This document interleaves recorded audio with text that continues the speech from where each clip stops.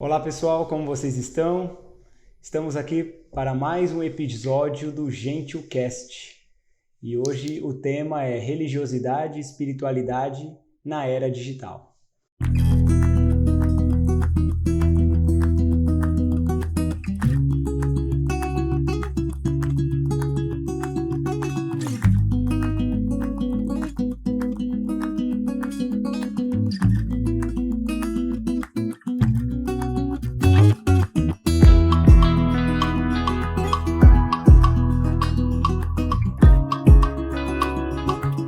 Hoje o nosso convidado é o João Cláudio Chaguri. Muito bem-vindo, Chaguri. Satisfação é minha.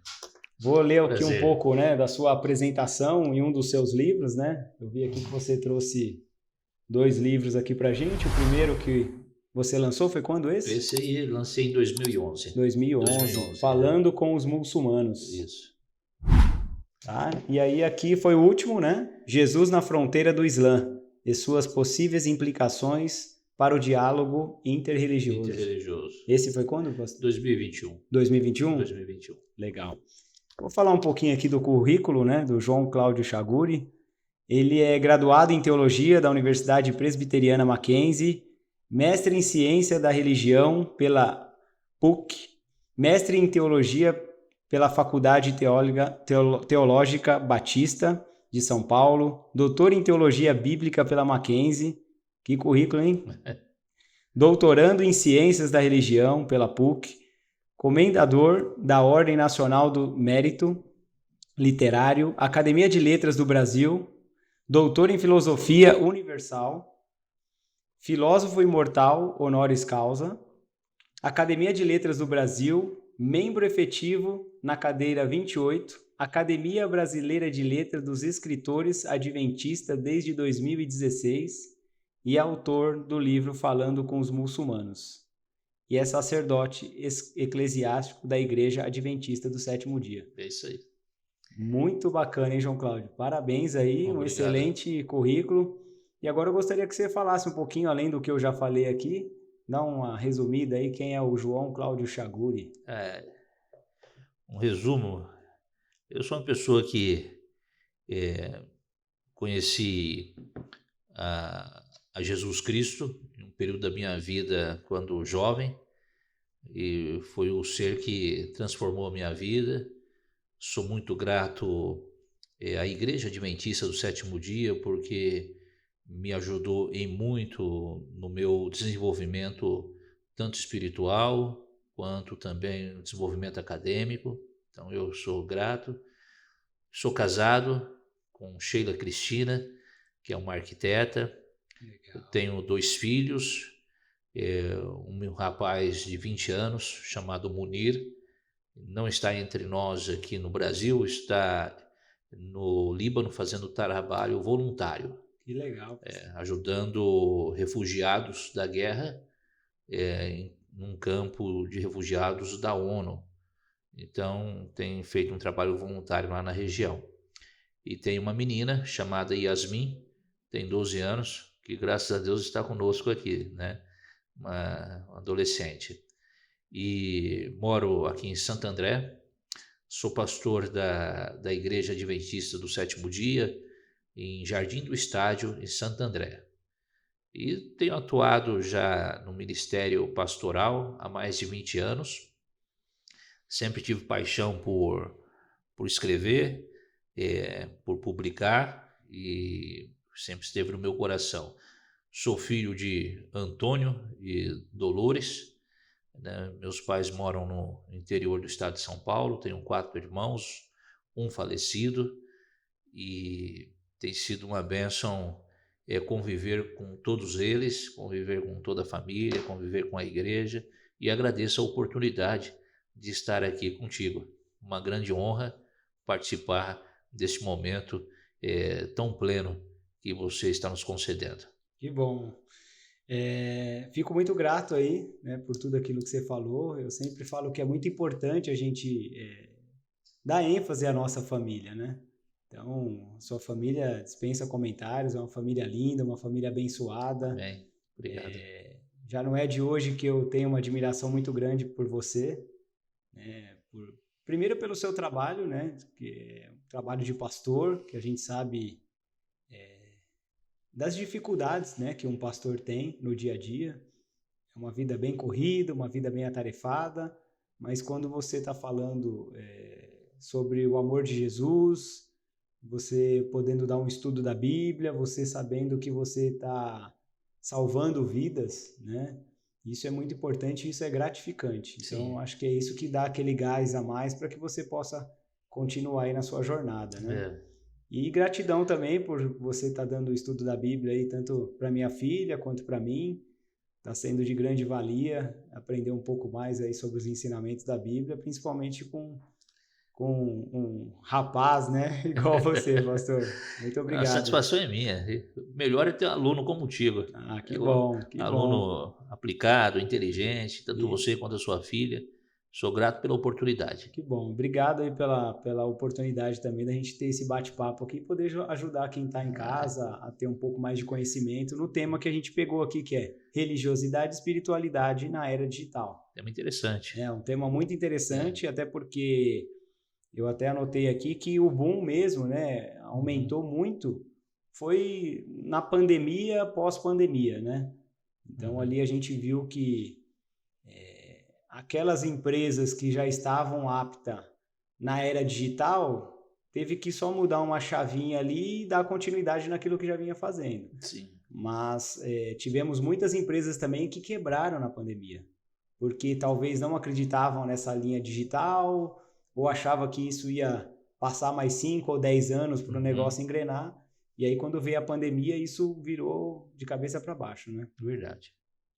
E aí, muitas das coisas que acabaram crescendo nisso foi a parte do e-commerce, a educação também, né? Porque Uhum, aí, imagina, em casa não podia levar o filho tinha que estudar em casa, todo mundo fazendo home office, né? Então uhum. foi um período ali onde a gente teve que se reinventar, né? E muito, né? E muito.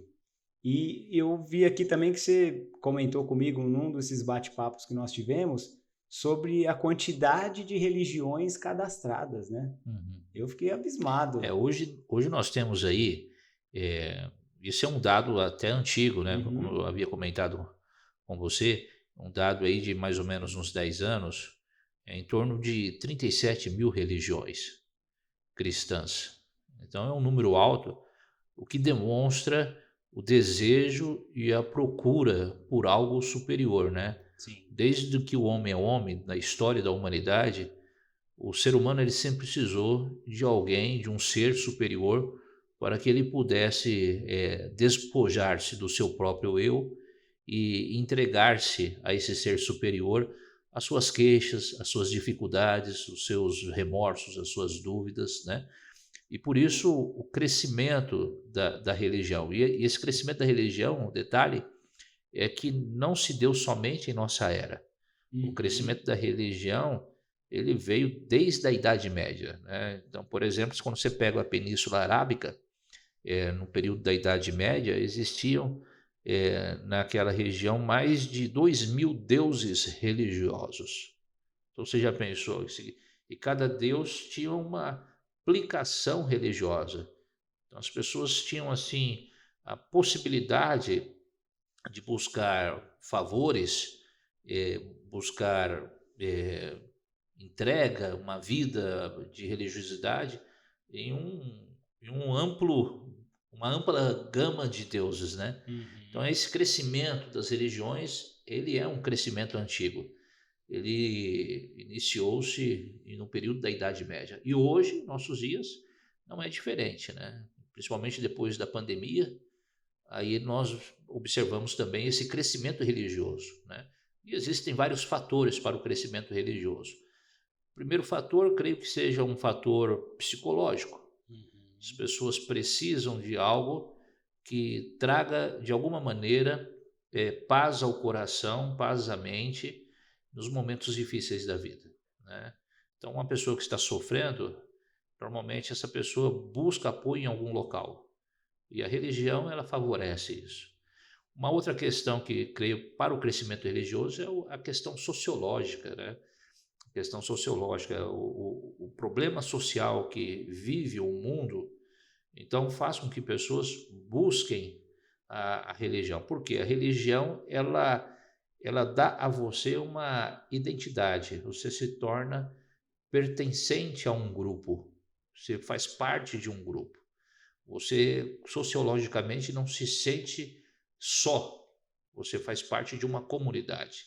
E nesta comunidade você tem ali uma liderança, nesta comunidade você Uhum. tem algumas atribuições que elevam a sua moral. Então, tem essa questão sociológica. E a outra questão, creio eu, que é a questão teológica, a questão moral, né? O ser humano, ele, por mais que ele viva em um mundo deturpado eticamente, mas o ser humano, na sua implicidade, ele necessita, lá no coração, ele necessita de moralidade, ele necessita de ética, de contexto ético, né?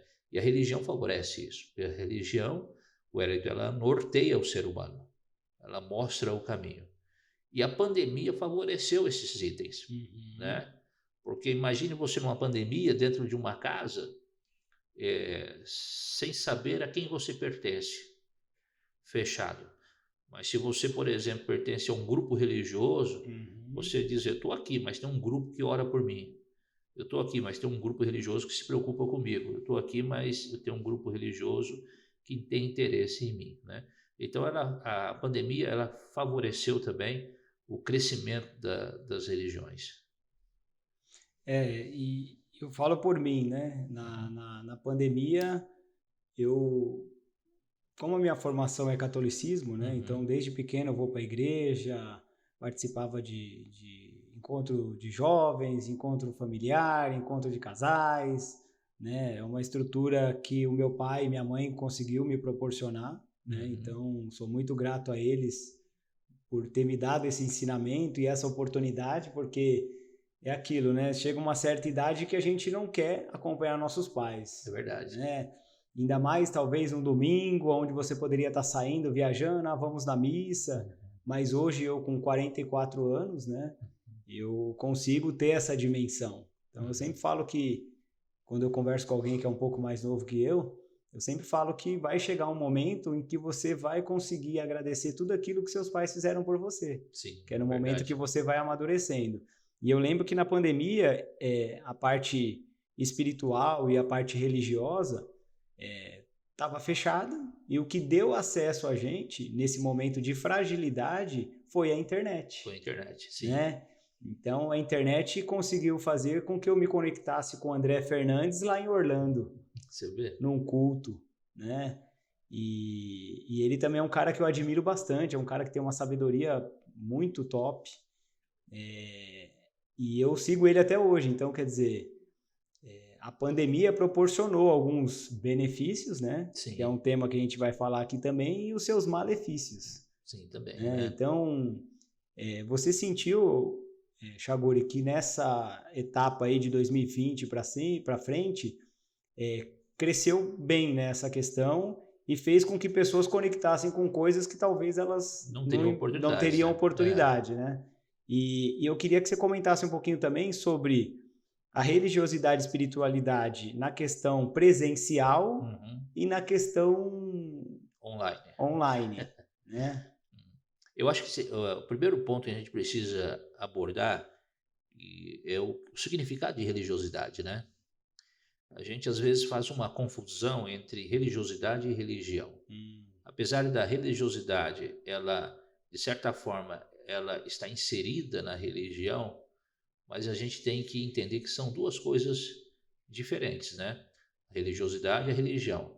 Assim como a religiosidade necessita de uma religião, a religião também necessita da religiosidade, mas são coisas diferentes. A religiosidade é a sua capacidade de buscar algo superior, de buscar algo que vá, de alguma maneira, preencher os vazios da sua alma. E esta capacidade de buscar algo superior que vá preencher os vazios da sua alma, ela constrói na sua vida um tipo de adoração, Uhum. né? Tudo aquilo que a gente se satisfaz por nos ajudar, a gente, de alguma forma, constrói algum apego por aquilo, né? Então, você tem, por exemplo, um filho, uma filha, em algum momento da sua vida, aquele filho e aquela filha, eles fizeram algo para você que preencheu algum vazio da sua alma, da sua vida. Então, você criou, construiu apego por eles. Você tem necessidade deles, assim como eles têm necessidade de você, né? Essa relação de pais e filhos. A religião a religiosidade é mais ou menos isso. Quando você descobre algo que preenche os vazios da alma, você aprende a ter necessidade daquilo. E você convive muito bem com aquilo porque aquilo lhe faz bem. Aquilo é positivo. Então, isso é religiosidade, essa capacidade de você construir na sua vida um senso superior de algo que preenche o vazio humano, o seu vazio. A religião, ela é uma instituição, né? Uma instituição religiosa, que tem o seu valor, que é importante na vida humana, porque ela rege o ser humano, ela auxilia o ser humano, ela direciona o ser humano, ela aponta o caminho para o ser humano, ela constrói moralidade, ética, ela educa, né, o ser humano. A religião tem o seu valor e é um valor muito importante, não tenha dúvida disso. É importante a religião. Porém, a religiosidade, ela difere da religião. Você pode ter religiosidade, por exemplo, na sua casa, não necessariamente na religião, na igreja. Você pode ter religiosidade. Você pode ter religiosidade no deserto. Você nunca entrou numa igreja, mas no deserto, peregrinando, você tem religiosidade. Numa peregrinação religiosa, isso é religiosidade. Não é verdade? Sim. O islâmico, por exemplo, quando faz a sua peregrinação religiosa, ele é uma religiosidade, né? O católico, quando faz, é uma religiosidade. Então, não importa o local que você esteja, a partir do momento que você busca um ser superior, ali se torna uma religiosidade na sua vida, né? Entendi. Então, isso é um ponto. Agora, por outro lado, a religião, ela constrói esse senso ético na sua vida. Então, se por um lado você pode ter religiosidade fora da religião, por outro lado você depende também da religião. Você entendeu? E por que você depende da religião? Que existem coisas que você não encontra na religiosidade, você só encontra na religião. Por exemplo, você pode ser um eremita e ter religiosidade, mas você não vai ter comunhão. O que é comunhão? É comungar com alguém. Então, por exemplo, eu só consigo comungar com alguém se eu estou com alguém, ao lado de alguém. E a religião nos favorece a isso. Então, uma vez eu me lembro que meu filho me perguntou assim, por que é necessário ir à igreja? Eu não poderia, isso bem no período da pandemia. Aqui ele está fazendo culto em casa, assiste o culto online, tudo é online, por que a necessidade de ir à igreja? Não poderia fazer aqui? E eu fiquei assim, num primeiro momento, em dúvida do que responder a ele, mas depois Deus me iluminou e eu pude responder, eu falei assim, olha, porque existe uma grande diferença. O único lugar que você consegue comungar com alguém é na igreja. Ah, mas eu não posso comungar com vocês aqui? Eu falei, você pode comungar conosco, mas na igreja você alcança o ápice do que é comungar. E aí eu expliquei para ele, por que você alcança o ápice dentro da religião do que é comungar? Porque na religião você sempre vai encontrar uma pessoa que está em melhor situação emocional e espiritual do que você. E você sempre vai encontrar uma pessoa que está em situação emocional e espiritual pior do que você. E quando você lá na igreja, lá na religião, encontrar alguém que está em situação melhor do que você espiritualmente e emocionalmente, aquela pessoa será um testemunho na sua vida. Mas quando você encontrar alguém na igreja que você está melhor do que ele espiritualmente, emocionalmente, você será um testemunho na vida da pessoa. Por isso a importância da igreja. Isso você não faz no deserto. Isso você não consegue fazer sozinho. Certo? Você consegue ter religiosidade lá, mas você não consegue fazer isso sozinho. Comungar, você só consegue comungar quando você está em comunidade. Veja a importância da igreja. Senão você vira um solitário Sim. religioso, e aí você vai se desfalecendo também no seu próprio autoconhecimento. Uhum. Então veja a importância da religiosidade e da religião. Os dois têm têm a importância, né? É até bom você frisar, né, sobre essa diferença e mostrar também a importância de quem está nos assistindo, ouvindo, de que você precisa ter uma religião, você precisa ter um caminho. Porque hoje eu vejo muita gente fora de uma igreja, porque ou teve problema com o pastor, ou com o padre, ou a moça que ele sempre sentava naquele lugar, mudou e ele não pode mais sentar ali. Então, se a gente for para qualquer lugar pensando no humano, a gente não para em lugar nenhum, né? Uhum. Então você tem que ir lá com a sua cabeça o quê? Vai ter um louvor que vai te tocar, você vai estar melhor talvez do que uma pessoa, ou você vai ouvir algum depoimento de uma pessoa que está pior que você, e aí você consegue ter dimensão de que realmente o seu problema ele é menor, Uhum. né? Eu sempre falo, e hoje aconteceu isso, sempre quando eu levo meu pai ou num exame ou em algum lugar para fazer alguma coisa referente à prótese dele, é um momento que eu aprendo muito, entendeu, Uhum. pastor? Que é um negócio que se eu tivesse em casa só assistindo, talvez não teria o mesmo impacto, Verdade. né? É. Então, hoje eu fui levar ele e lá eu percebi que tinham pessoas assim, acamado, gente chegando de maca, é uma Uhum. criancinha pequenininha já com oxigênio, é uma criancinha sem as duas Uhum. pernas. E aí eu até conversei com o meu pai, né? Eu falei, nossa, pai, aqui é um lugar que a gente vê que realmente A gente aprende, né? a gente aprende muito. Eu É. saio de lá muito reflexivo, né? Uhum. Até minha esposa, às vezes, ela pergunta, o que está acontecendo, né? O que aconteceu hoje que você está assim? E essa reflexão, ela é muito importante, Uhum. né? Para a gente realmente... Agora, se eu tivesse em casa, o impacto seria diferente. Seria Por isso diferente. que eu falo, você tem que ir num culto, você tem que ir numa igreja, você tem que ir lá porque realmente lá o ambiente vai te favorecer para que você possa ter uma vida melhor, para que você possa colher alguma informação ou algum depoimento que você viu ali e levar para as outras pessoas. Uhum. E você falou Então, algo importante, é dos problemas, né? É do problema que a gente tira lição para a vida. Você entendeu? uhum, Então, por exemplo, você vendo essa situação do seu pai, você tira lições para a vida acompanhando, né? uhum, Estando presente ali. Seria diferente se você estivesse distante. E desde de que o mundo é mundo, desde que religião se tornou religião no mundo, a religião ela sempre favoreceu, mas também ela trouxe malefícios para a sociedade, sim, né? Você tem sim, guerras religiosas. Por exemplo, minha família, quando veio do Líbano para o Brasil, do Oriente para o Ocidente, eles vieram por causa das guerras religiosas. Não eram guerras políticas, mas eram guerras políticas religiosas. A religião envolvida na guerra. Então, a religião causou mal a uma sociedade e a história religiosa nos mostra isso. As cruzadas. As cruzadas foram guerras religiosas, né? Os cruzados iam para a guerra com o símbolo da cruz no peito em nome de Jesus Cristo, é, né? Indo para reconquistar Jerusalém ou reconquistar o Oriente.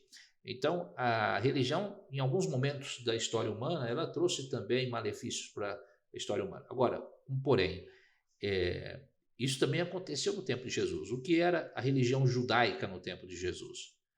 Jesus chamou os fariseus de sepulcros caiados, bonitos por fora, né, belos, uhum, bonitos, mas por dentro apodrecidos, com o coração apodrecidos. Mas Jesus não deixou de frequentar a sinagoga. Jesus verdade. foi apresentado ao templo. Jesus ele leu as escrituras no templo.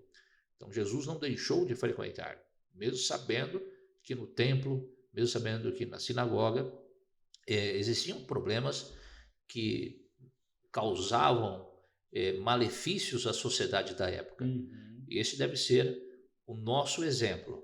Você vai encontrar problemas na sua igreja? Vai. É claro, você vai se magoar contra um líder, em relação a um líder? Vai.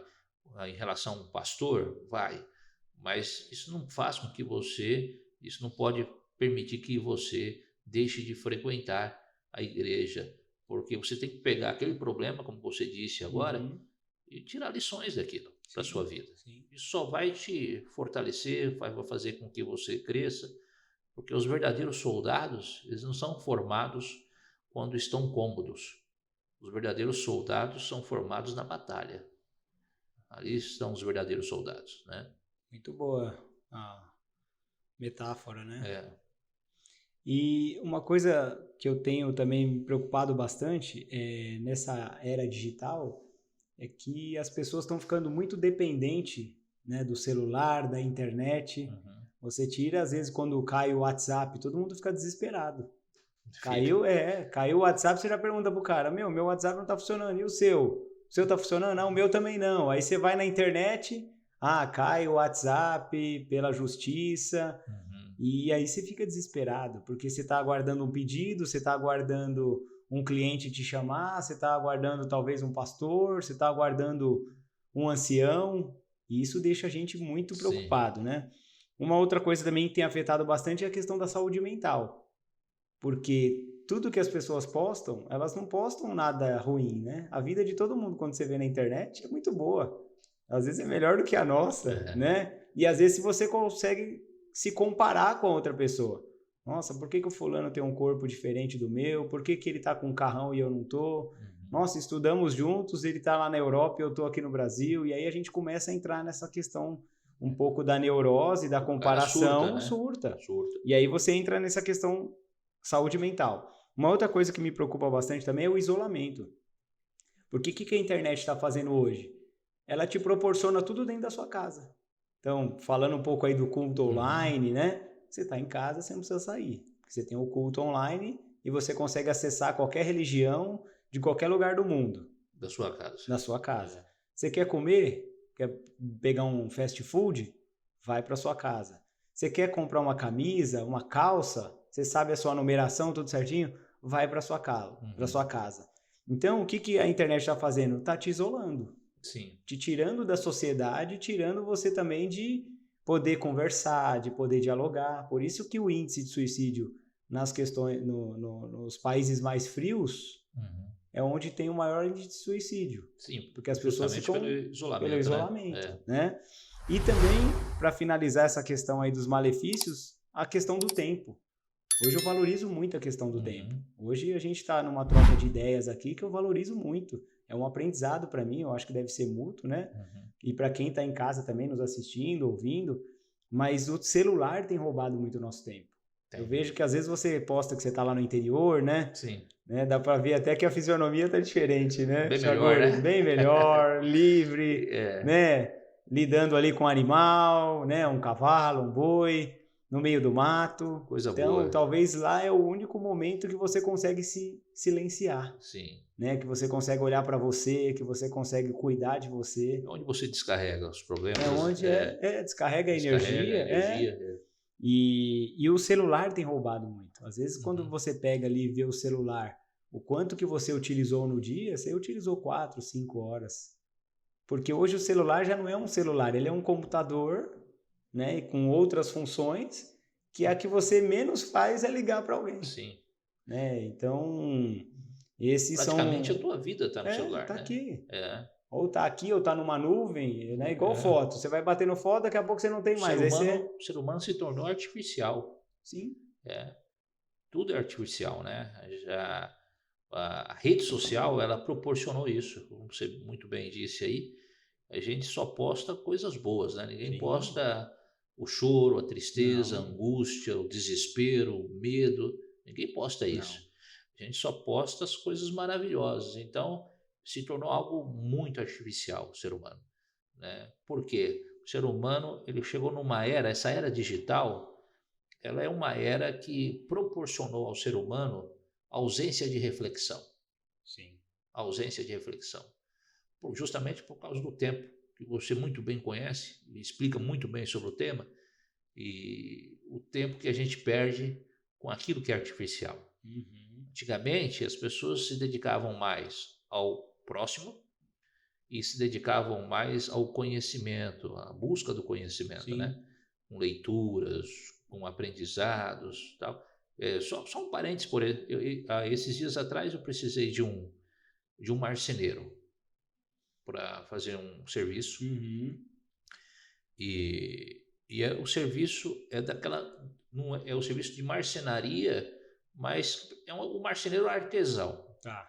Precisa moldar a madeira, entalhar a Não é tão madeira. simples assim. Você não acha. Você não acha. Por quê? Porque a busca por aprender algo importante, que como a arte, coisas do tipo, Uhum. ela vai se perdendo, está se perdendo com o passar do tempo, Sim. né? Então você acha tudo aquilo que é mais quadrado. Você quer alguém que faça, um marceneiro que monte, por exemplo, um guarda-roupa Uhum. de MDF, aí você acha Sim. fácil. Sim. Mas se você precisa de alguém que entalhe, que já exige de você, daquele artesão, um maior conhecimento, já se torna Uhum. difícil, Sim. né, de você conseguir. Porque as coisas se tornaram, em nosso planeta, com a era digital, este é um malefício, as coisas se tornaram descartáveis. Sim. O ser humano se tornou descartável, né? Sim. Descartável, preguiçoso. É, Porque antigamente, na nossa época, a gente pegava o guia e, eu vou nessa rua, você tinha que sair de uma página e ir para outra. você quer ver como descartável que ele se tornou? Hum. Antigamente você ficava, quando a gente era moleque, ficava de mal de alguém, Uhum. a gente parava de conversar com a pessoa. Hoje a gente deixa de seguir a pessoa, Deixa de seguir, bloqueia, né? bloqueia. É verdade. Você vê que É é um negócio muito verdade. artificial, né? E tá ficando assim mesmo.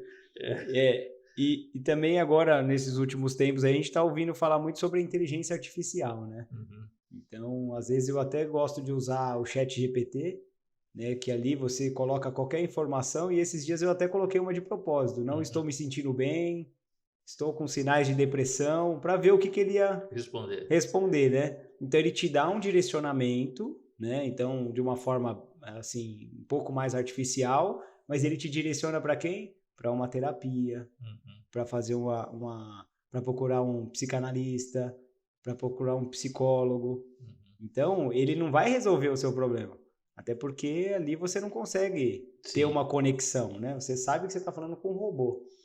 E Isso os algoritmos também tá pegando muita tá gente, né? pegando. Porque você clica num vídeo ali sem querer, daqui a pouco o que a gente está conversando aqui agora, o celular aqui do nosso lado está captando tudo. Captando tudo e daqui a pouco lança. Daqui a pouco É.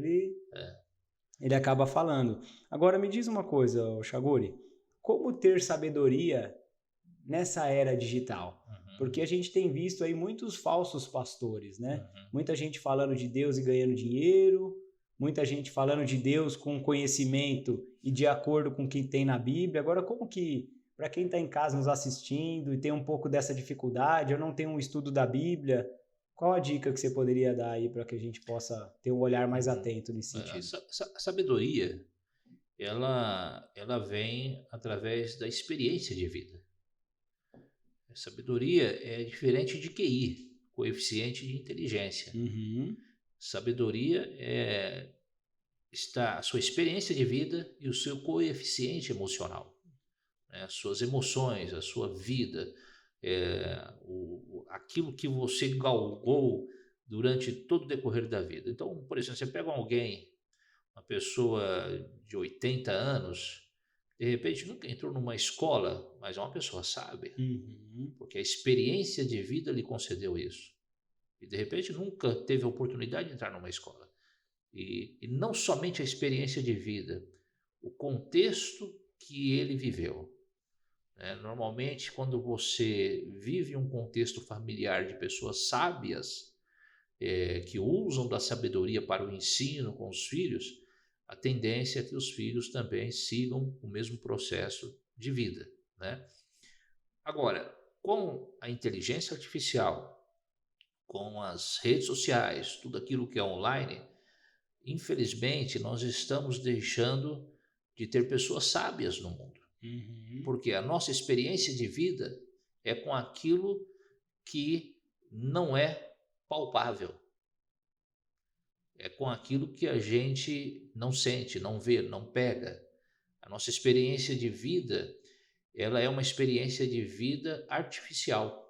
Uhum. Então a gente passa, por exemplo, isso me preocupa muito, meus filhos, principalmente minha menina, que tem 12 anos, e o meu filho também, com 20 anos, esta geração, eles não tiveram a oportunidade de crescimento, desenvolvimento, de conhecer alguns ambientes da vida que eu tive e que você teve. Exato. Você entendeu? Me lembro quando criança, as nossas brincadeiras eram na rua. Uhum. Tinha aquela brincadeira salva, né? Na minha cidade, Uhum. salva, era esconde-esconde, fazia carrinho de lata, Carrinho de rolemã. carrinho de rolemã, era tantas coisas, ia para o meio do mato, caçar, isso dava experiência de vida. Hoje, por exemplo, um filho que nasce nesta geração não faz nem a metade, nem 10% do que você fez. Por quê? Porque passa a maior parte do tempo naquilo que é artificial. Uhum. Você observa, você acabou de citar um exemplo, você escreveu, apenas para testar o ChatGPT, você escreveu, olha, não estou me sentindo bem, estou meio depressivo, tal. O que ele te direcionou? Sim. Agora, se fosse na minha época, não teria. Na tua época, quando a gente era mais jovem, nós não teríamos essa oportunidade de inteligência artificial. A quem nós procuraríamos? Possivelmente o pai, possivelmente a mãe, Sim. um amigo, uma namorada, o namorado. A gente procuraria alguém da nossa relação. Sim. Eles não diriam apenas assim para você, vá procurar um psicólogo, um terapeuta. Eles cuidariam de você. Eles estariam te observando, porque ele deu a receita, o ChatGPT, só que já esqueceu. Sim. Já foi, já passou, agora você se vira. Agora não, quando você se relaciona com alguém, aquela pessoa, ela anda milhas a mais para cuidar de você. Verdade. Né? Ela está te acompanhando. Então hoje, por exemplo, a sabedoria, ela é artificial. A gente passa mais tempo na internet, não se lê mais. Sim. Leitura, o Brasil é um dos países que menos lê, que tem interesse por leitura do mundo. Né? Agora saiu, um tempo atrás, saiu o ranking da educação, nós estamos ali quase nas últimas colocações do ranking da educação no mundo. Então, justamente porque a gente não tem interesse em leitura, a gente não tem interesse no aprendizado, a gente não tem interesse de parar e refletir, as pessoas se tornaram imediatistas, a internet causou isso, né? As pessoas são imediatas, elas querem decidir as coisas para já. Antigamente as pessoas paravam, pensavam, refletiam, agora vamos fazer. Hoje não, vai e faz, porque a internet te ensinou a ser assim. Né? O que você precisa, segundos você tem pela internet, por aquilo que é artificial. Mas antigamente a gente parava. Então a sabedoria atual ela é diferente da sabedoria do passado. Sim. Porque as experiências são diferentes. O senso de vida é diferente, o ambiente vivenciado é outro. Então é muito diferente. E é preocupante, na minha opinião, né? Com certeza tem especialistas nesta área, mas na minha opinião é preocupante onde chegaremos com tudo isso. É muito bom você ter colocado isso, né? Comparando o passado com o presente, né?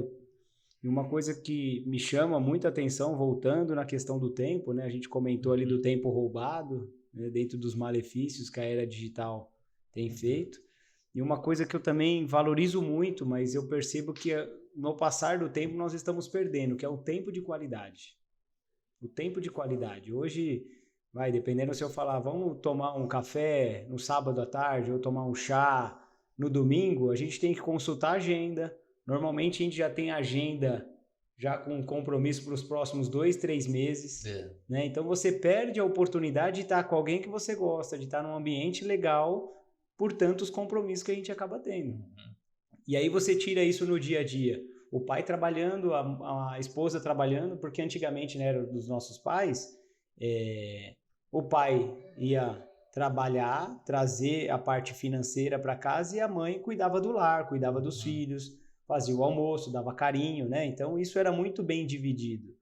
E hoje a gente vê, às vezes, em alguns relacionamentos, que o homem está disputando com a mulher. Se ele trabalha até tarde, eu também vou trabalhar até tarde. Sim. Se ele ganha mais do que eu, quero trabalhar mais para ganhar mais do que ele. E aí quem que fica ausente nessa família? Os pais perante a criança. Então, às vezes você trabalha tanto no dia que você quer chegar em casa e descansar, mas aí você tem 2 filhos, você tem 3 filhos, e aí, como que faz? A mulher também tem as tarefas do lar, que você também tem que fazer a sua parte e colaborar. E aí o que que a gente faz? Filho, ó, pode assistir. Sim, é verdade. Porque você não tem tempo. Então, eu prezo muito isso do tempo de qualidade. E também o descanso, né? Que foi até um tema que a gente comentou a semana passada, falando sobre, né, o estudo da Bíblia. E a gente comentou que é o descanso, né? Qual o momento do dia que a gente tem essa oportunidade de descansar? Somente à noite, na hora que a gente deita. E que talvez você não tenha esse descanso, porque sua cabeça está tão a milhão de tudo que aconteceu no dia e o que vai acontecer no dia seguinte, quando você olha a sua agenda, que a sua cabeça não para. É verdade. Por isso que o Augusto Cury, ele sempre fala que a gente está sofrendo sobre a síndrome do pensamento acelerado, né? Então está sendo muitas crianças e adultos diagnosticados com TDAH, só que o que eles estão sofrendo é da síndrome do pensamento acelerado. Então, e aqui já entrando no próximo assunto aqui, falando um pouquinho sobre tempo de qualidade e descanso, você como pastor também, eu sei que a vida do pastor, né, do padre, é uma vida muito atarefada, né? E aí eu queria saber como que você consegue controlar isso, como que você consegue coordenar, ou não consigo coordenar. A vida eclesiástica é uma vida difícil. O líder eclesiástico, né? Não é fácil. Às vezes as pessoas que estão vendo de longe, de fora, que não têm a experiência de viver aquilo, não tem noção do que é a vida eclesiástica. Por quê? A vida eclesiástica você lida com as emoções dos outros.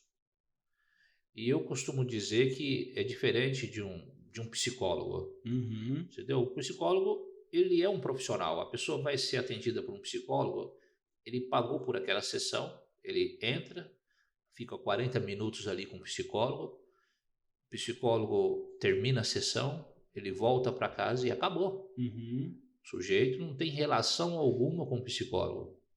O paciente não fica indo na casa do psicólogo. Você entendeu? O paciente não fica se encontrando com o psicólogo durante a semana, trocando ideia, conversando, ligando.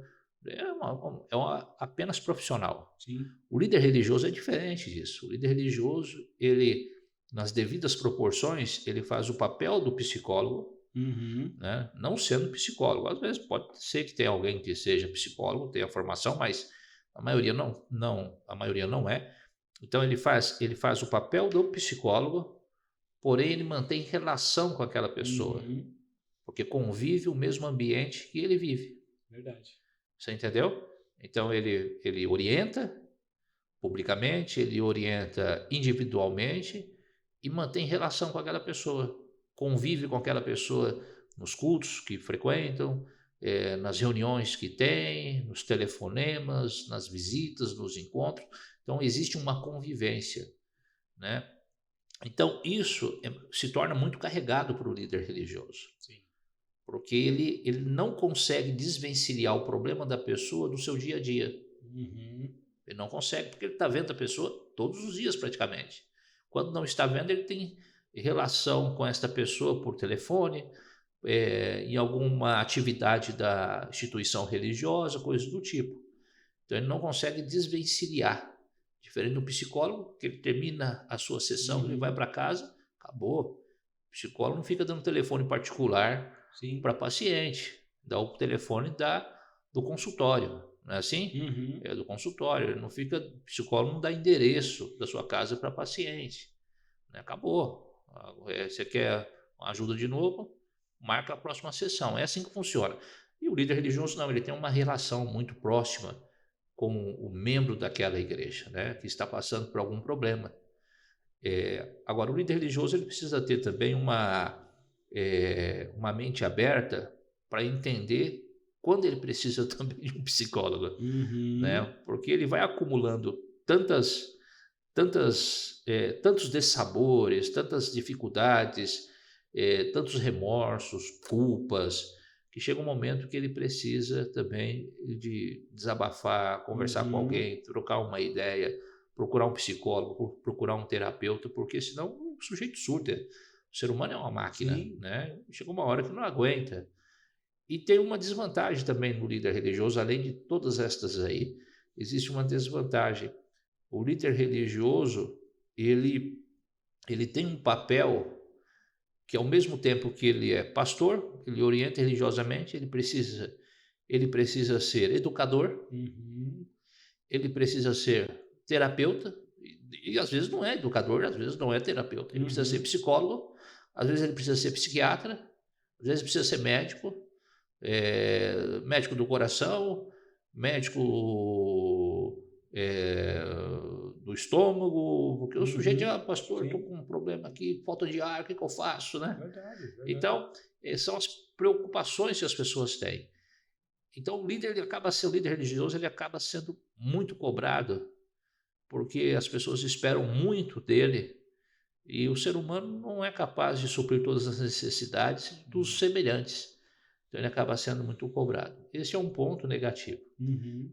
Por isso que a obra pastoral, seja de pastor, padre, não é uma profissão, é uma vocação, Isso né? aí. A gente foi vocacionado para aquilo. É Uhum. diferente de uma profissão. Quando você foi vocacionado por aquilo, você é um servo. Você se torna um servo dos problemas alheios. Você se torna um servo das dificuldades alheias.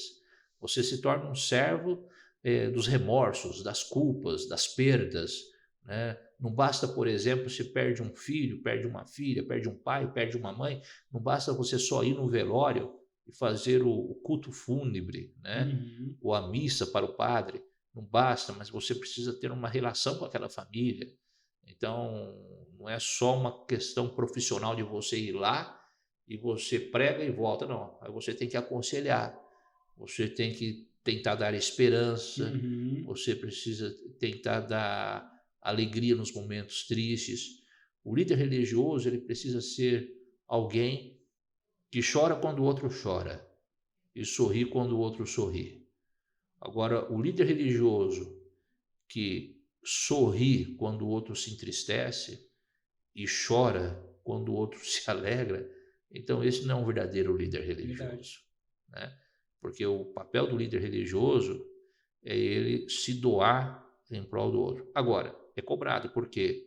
Porque assim como José teve a oportunidade de receber o auxílio do líder religioso, a Maria também ela quer ter a mesma oportunidade.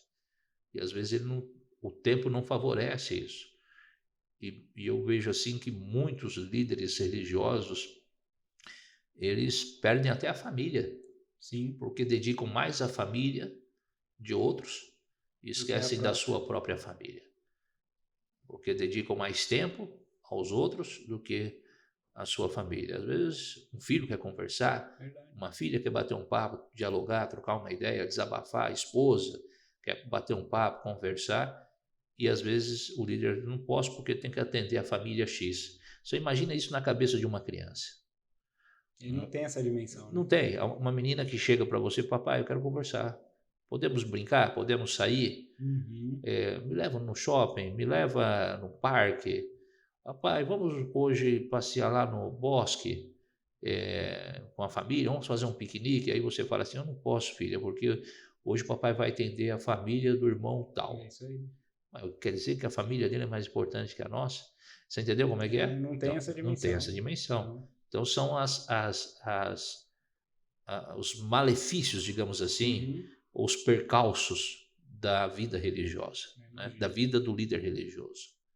É importante, eu sempre gosto de tocar nesse tema, a gente já conversou já nos Uhum, bastidores, outras oportunidades, da preocupação que eu tenho, né, com os líderes religiosos. uhum, Porque nos bastidores o pessoal acaba não tendo acesso, mas tem muita gente famoso tirando a própria vida é, porque perdeu o sentido da vida, uhum, né? E é aquilo, a dimensão, estou cuidando da vida de tantas pessoas e da minha própria família não estou dando conta, uhum, né? E aí já vem as cobranças externas, que já são muitas, pensando pelo líder religioso, e tem as cobranças internas, né? uhum. De que você não Sim. pode fraquejar, de que você não pode pedir ajuda, né? Eu sinto que cai um pouco essa questão, né? Do paradigma, eu não posso falar que eu estou fazendo terapia. Imagina Uhum, um pastor né? Um líder religioso falando, eu estou fazendo terapia. Peraí, pastor. O que está acontecendo, O né? que está acontecendo? Será que eu que vou ter que conversar com você? Então, eu ainda entendo que, assim, o ideal seria a pessoa ter a formação em teologia, né?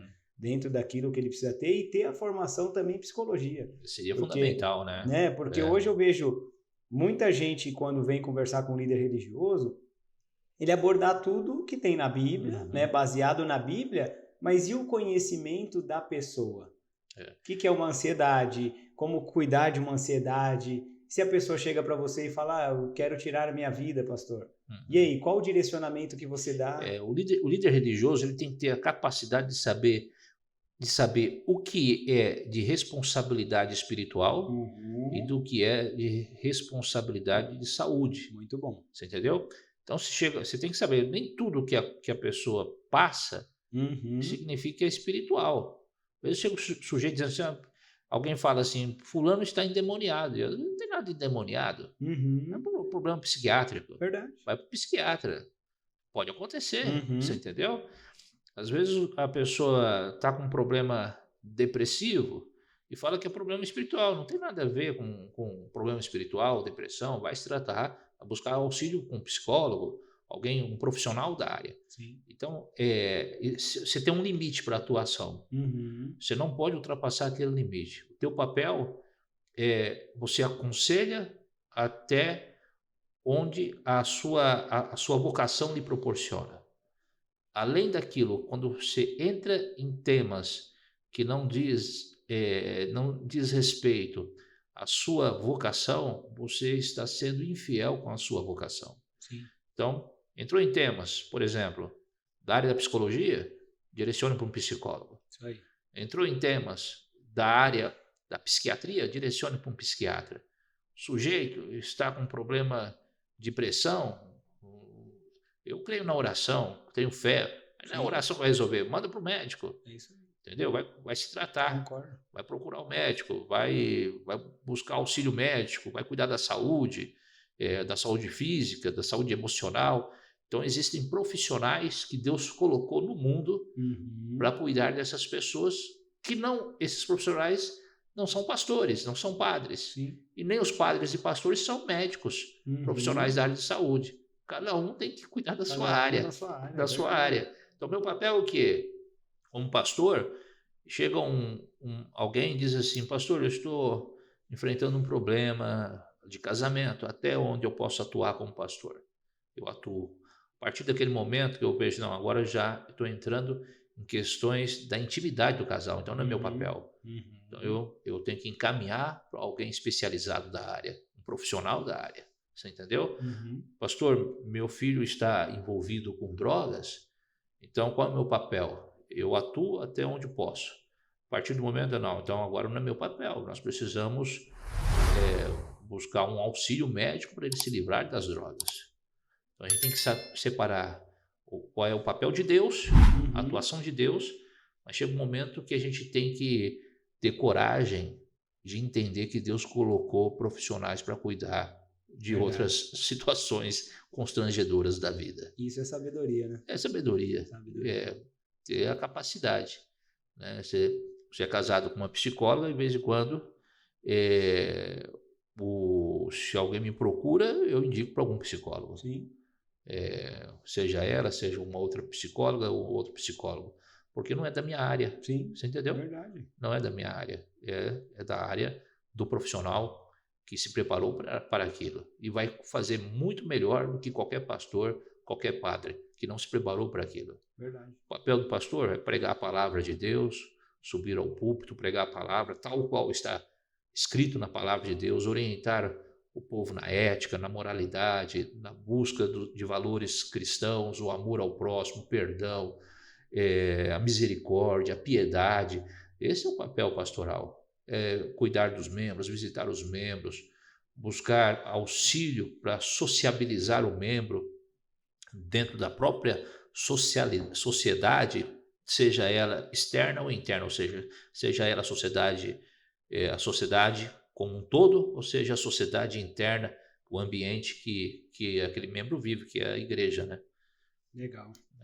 E que fique essa informação aí para todas as pessoas do autocuidado, né? Eu sempre falo que a gente tem que buscar não esperar chegar no limite, porque a gente não conhece o nosso limite. E normalmente quando esse limite ele rompe, começam a criar alguns buracos, né? E que a gente não esquece mais, né? Então... Verdade. E já caminhando aí para o final, sei que teríamos assunto aí para pelo menos umas 2 horas de podcast, né? Você viu? Passou rápido, né, João? Passou rápido demais. Passou muito rápido, aí não tem nem muito tempo. E aí eu gostaria que você falasse bem rapidamente um pouquinho de cada livro aqui, até para as pessoas que estão em casa aí, que gostar do tema ou querer ter um conhecimento maior dentro daquilo que você se dedicou aí uma boa parte do seu tempo para estar fazendo esses livros. Sim. Esse primeiro aqui, Falando com os Muçulmanos. Esse foi um primeiro livro que eu publiquei, né? Este é um livro... veio a ideia de trabalhar com esse material depois do 11 de setembro, né? Legal. O ataque às Torres Gêmeas, o World Trade Center, e que criou-se uma imagem que os povos do Oriente Médio, principalmente os da religião islâmica, eram pessoas más, terroristas, e criou-se um preconceito, né? Sim. Como em todo lugar, existem pessoas boas, existem pessoas que praticam maldade, né? Então eu tratei nesse livro aí, estudando a cultura do Oriente Médio, como você cria um diálogo, constrói um diálogo com pessoas de culturas diferentes da sua. Legal. Né? Respeitando as crenças que essas pessoas têm, respeitando as tradições religiosas. Então é um livro onde existe um diálogo entre cristão e muçulmano. O interessante é que no livro a gente se encontra, ela está falando o título do livro é Falando com os Muçulmanos. Okay. Não é falando aos muçulmanos, porque se eu falo aos, eu estou querendo ensiná-los. Mas se eu falo com, eu estou querendo dialogar. Legal. Entendeu? Então é falando com os muçulmanos. Legal. E esse daqui, Jesus na Fronteira do Islã e suas possíveis implicações para o diálogo interreligioso. Esse livro já é um estudo que eu faço do Jesus histórico. Okay. Né? Então eu começo a trabalhar com esse Jesus desde o período do pastor de Hermes, que é o período da Idade Média, onde eu faço um levantamento histórico dos pensamentos, das visões que se tinha de Jesus. E por que hoje o islamismo não aceita Jesus como um ser divino, como o cristianismo crê? Eles aceitam Jesus como um profeta. Para o Islã, Jesus ele é um profeta, um grande profeta, mas não é Deus. Né? Para o cristianismo, Jesus ele é Deus encarnado, Deus na Terra. Né? Então eu faço um estudo histórico desse Jesus, desde a Idade Média, as informações que a Idade Média nos traz, como interpretaram o Jesus da Idade Média e como essa interpretação chegou ao islamismo no ano 600 da era cristã. Como chegou ao Islã? Qual foi a formação? Aí eu trabalho um encontro que Mohammed, que é o fundador do Islã, da religião islâmica, né, que é o profeta do islamismo, teve com um padre na cidade de Malula, na Síria. Né? Isso é um encontro histórico. Isso foi por volta do ano 595 depois de Cristo. Porque quando Muhammad vivia na Península Arábica. Então a Península Arábica era formada por árabes, judeus e outros povos que ali estavam, gregos, né? E existiam muitos deuses ali. E ele, lendo as escrituras, os escritos anteriores, e quando eu falo escritos anteriores estou me referindo à Bíblia, ao Antigo Testamento, ele fala, adoração ao único Deus, adoração ao único Deus. E como aqui está todo mundo adorando vários deuses, né? Então ele foi numa viagem que ele faz para a Síria, ele tem um encontro na cidade de Malula com um padre, onde ele senta com esse padre e tira as dúvidas religiosas. E esse padre era um estudioso de pastor de Hermes. E o pastor de Hermes não cria no Jesus divino, que era um teólogo, não cria no Jesus divino. E ensinou para Mohammed que Jesus não era Deus. Aí constrói-se esse pensamento que Jesus não é Deus, e aí eu trabalho a tese desse livro principal é que a religião islâmica ela não é uma nova religião, ela foi uma tentativa de reformular, de reformar o cristianismo da Idade Média. Então essa é a tese desse livro. Ele tentou, ele tentou reformar o cristianismo daquela região e a religiosidade daquela região. E aí surge o islamismo, né? E a partir daí, quais as implicações que nós temos para o diálogo interreligioso entre cristãos e islâmicos? Então, esse é o último livro que saiu. E quem quer comprar esse livro, adquirir esse livro, como que faz? Pode entrar em contato comigo nas minhas redes sociais. Qual que é a sua rede social? Minha rede social tem um Facebook, lá digita João Cláudio Chaguri. João Cláudio Chaguri. Instagram, @JC_Chaguri. JC_Chaguri. Chaguri. JC de João Cláudio, né? Abreviatura, @JC_Chaguri. É o meu Instagram. Só mandar lá no direct. Manda um direct e eu envio o livro. Legal. Se precisar. Bacana. Vale a pena a leitura. Se você quer adquirir um conhecimento sobre a religião islâmica, que é uma das maiores religiões do mundo, né? Eles passam de 1,5 bilhão de adeptos. Então é uma religião enorme. E é a principal religião do Oriente Médio. Então, você quer adquirir conhecimento, tem um material para você adquirir. Deixou curioso aí, com certeza vou ter esse livro aí como uma próxima leitura. Isso aí já fica para você. Já pode ficar de presente? Eu não fiz isso de propósito, hein, pastor? Mas obrigado, depois se você puder deixar um Deixo, sim, claro. dedicatório aí, agradeço. Pastor, João Cláudio Chaguri, aqui, ó, ainda bem que, fazendo propaganda aqui da Cacau Show, entendeu? É patrocinadora? Não, mas pode ser. Tem que ser patrocinadora. Então, já pode ser. Aí, ó. Primeiro a gente faz o merchan e depois a gente, isso aí. A gente fala, mas é uma singela lembrança aí. Eu agradeço, muito obrigado. Agradeço aí de coração esse momento aí, muito valioso para mim, e tenho certeza que para todo mundo aí que está nos assistindo, que está nos ouvindo. Queria agradecer também a Clínica Gentilmente, né? Eu tenho que agradecer a Cíntia, né? Minha esposa. Uma das principais clínicas de São Bernardo e região. É isso aí. E é verdade mesmo. É verdade, né? Eu falo que quando as pessoas entram aqui, elas se sentem num clima muito acolhedor, diferente. Então, se você não conhece ainda a Clínica Gentilmente, coloca aí no Google, Instagram, Facebook e vem aqui conhecer que você vai se surpreender com o espaço e com toda a equipe que o Gentilmente tem. Queria agradecer também a Audiotech, principalmente porque me lembrou aí do presente, senão minha esposa ia brigar no final. Muito obrigado aí por vocês. Gostaria de agradecer a todos que dedicaram um tempo aí para estar ouvindo um pouco de conhecimento, para que vocês realmente não fiquem só com esse conhecimento para vocês, que vocês possam curtir o vídeo, compartilhar o vídeo, comentar o vídeo.